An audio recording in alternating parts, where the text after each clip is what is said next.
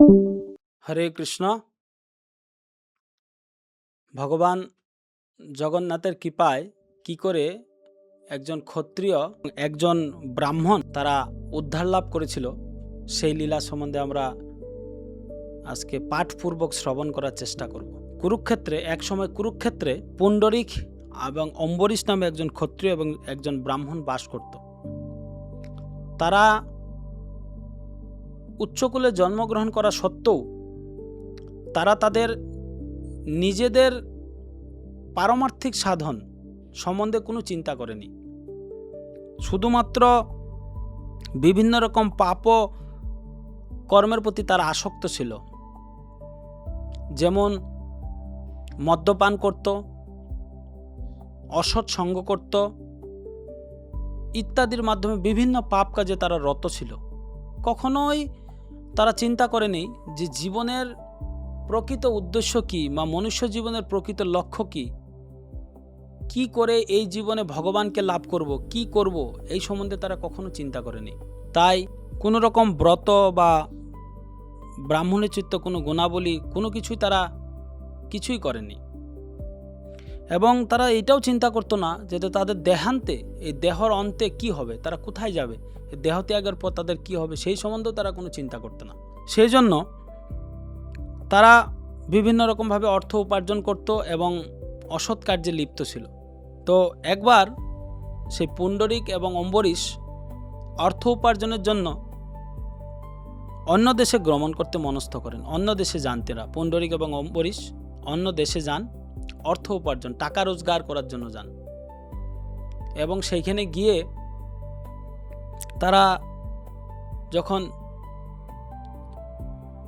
ইতস্তত পরিভ্রমণ করছিলেন, এদিক ওদিক করছিলেন, তখন তারা দেখতে পান যে বিভিন্ন যাগযজ্ঞ অনুষ্ঠান হচ্ছে, বিভিন্ন রকম শাস্ত্র পাঠ হচ্ছে, যজ্ঞ অনুষ্ঠান হচ্ছে, মন্ত্র, বৈদিক মন্ত্র উচ্চারণ করা হচ্ছে।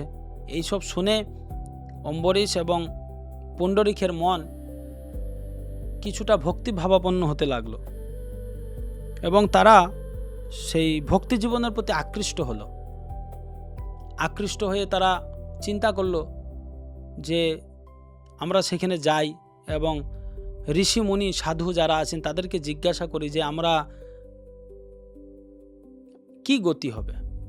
তখন তারা দুইজন সেই সাধু ঋষিদের কাছে গেলেন এবং গিয়ে তারা বললেন যে আমরা উচ্চকুলে জন্ম হয়েছে আমাদের, কিন্তু তৎসত্ত্বেও আমরা বহু পাপ কর্ম করেছি, আমরা অসৎ সঙ্গ করেছি, সুরাপান করেছি, ইত্যাদি ইত্যাদি করে বহুত রকম পাপকর্ম আমরা করেছি। তো এই পাপ থেকে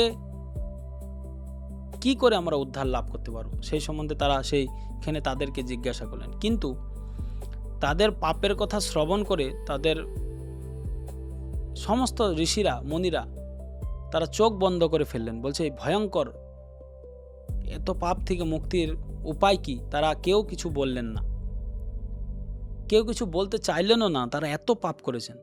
তখন সেইখানে একজন সাধু, একজন ব্রাহ্মণ তিনি উপস্থিত ছিলেন। তিনি তাদের প্রতি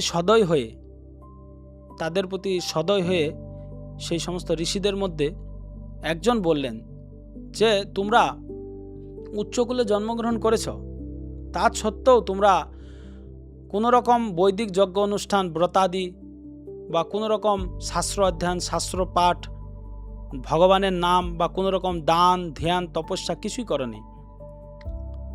তোমরা জীবনের অন্তে কি হবে, কি গতি হবে সেই সম্বন্ধে চিন্তা করনি।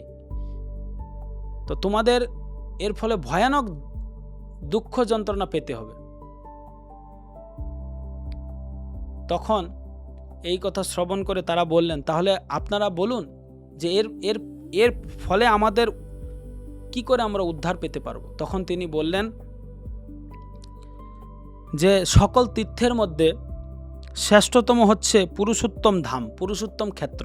তোমরা সেইখানে পুরুষোত্তম ভগবান ভক্ত রাজা ইন্দ্রদ্যুম্নের ভক্তিতে বশবর্তী হয়ে তিনি সেখানে প্রকটিত হয়েছেন। তোমরা সেই তীর্থে গমন করো জগন্নাথ পুরীতে তোমরা সেখানে গমন করো এবং সেইখানে জগন্নাথের পূজা আরাধনা করো, জগন্নাথকে দর্শন করো, জগন্নাথের মহাপ্রসাদ গ্রহণ করো, জগন্নাথের সেবা করো, দান ধ্যান করো। তার ফলে কি হবে? তোমরা সমস্ত পাপ থেকে মুক্ত হতে পারবে এবং তাকে দর্শন করা মাত্রই কি হবে? তোমাদের সকল পাপ দূর হয়ে যাবে।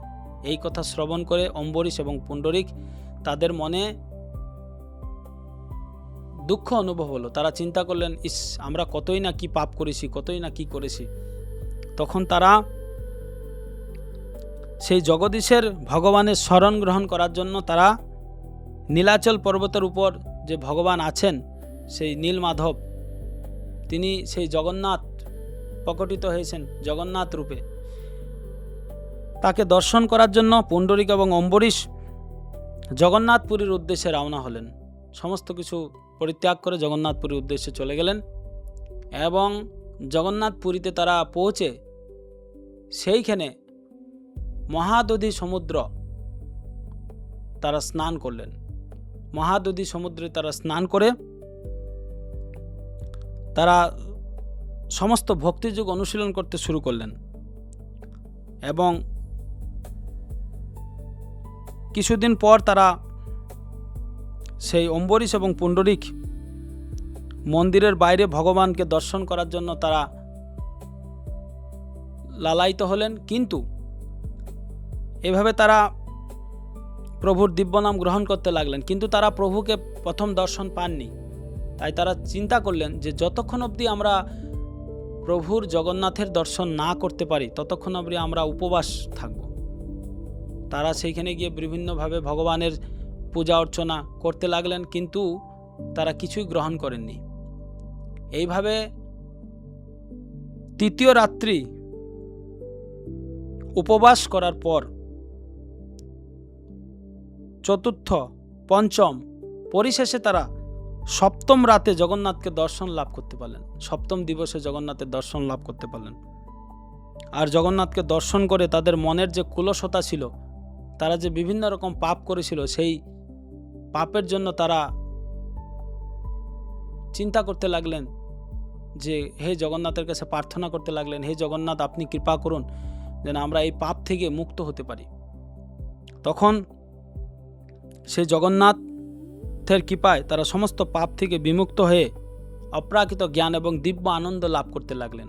ভগবানের কৃপায় জগন্নাথকে দর্শন করে, জগতের নাথ জগন্নাথ তাকে দর্শন করে তিনি বিভিন্ন রকমভাবে আনন্দ লাভ করতে লাগলেন তারা। এবং কি হলো, ধীরে ধীরে ধীরে ধীরে তাদের মনে যা বিভিন্ন রকম কুসঙ্গ বা খারাপ কাজ তারা করতো, সেগুলো তাদের মন থেকে চলে যেতে লাগলো। তারা ধীরে ধীরে তাদের হৃদয় পরিশুদ্ধ হলো। তারা ভগবান জগন্নাথের এখানে প্রসাদ গ্রহণ করলেন, জগন্নাথের সেবা করলেন, জগন্নাথ পুরীতে বিভিন্ন রকম দান ধ্যান তপস্যা করলেন। এইভাবে তারা জগন্নাথ পুরীতে অতিবাহিত করতে লাগলেন এবং পরিশেষে নীলাচল ধামে জগন্নাথের সেবায় অতিবাহিত করার পর তারা জীবনের অন্তে ভগবানের কাছে, জগন্নাথের কাছে ফিরে গেলেন।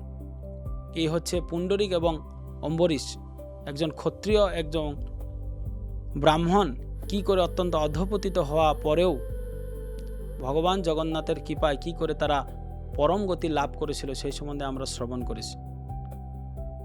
জগন্নাথের যদি কেউ কৃপা লাভ করতে চান, জগন্নাথের দর্শন করেন, জগন্নাথের কৃপা লাভ করতে চান, তাহলে যেভাবে তারা উদ্ধার পেয়েছিল সেইভাবে অত্যন্ত অধঃপতিত ব্যক্তিও যদি জগন্নাথেরকে দর্শন করেন, জগন্নাথের প্রসাদ পান, তারাও এইভাবে উদ্ধার লাভ করতে পারবেন। তো আমরা এইভাবে জগন্নাথের কৃপা সকলে লাভ করে, জগন্নাথের সেবা করে জীবনের অন্তে যেন আমরা ভগবানের কাছে চলে যেতে পারি। জয় জগন্নাথ বলদেব সুভদ্রা মহারানী কি জয়। হরে কৃষ্ণ।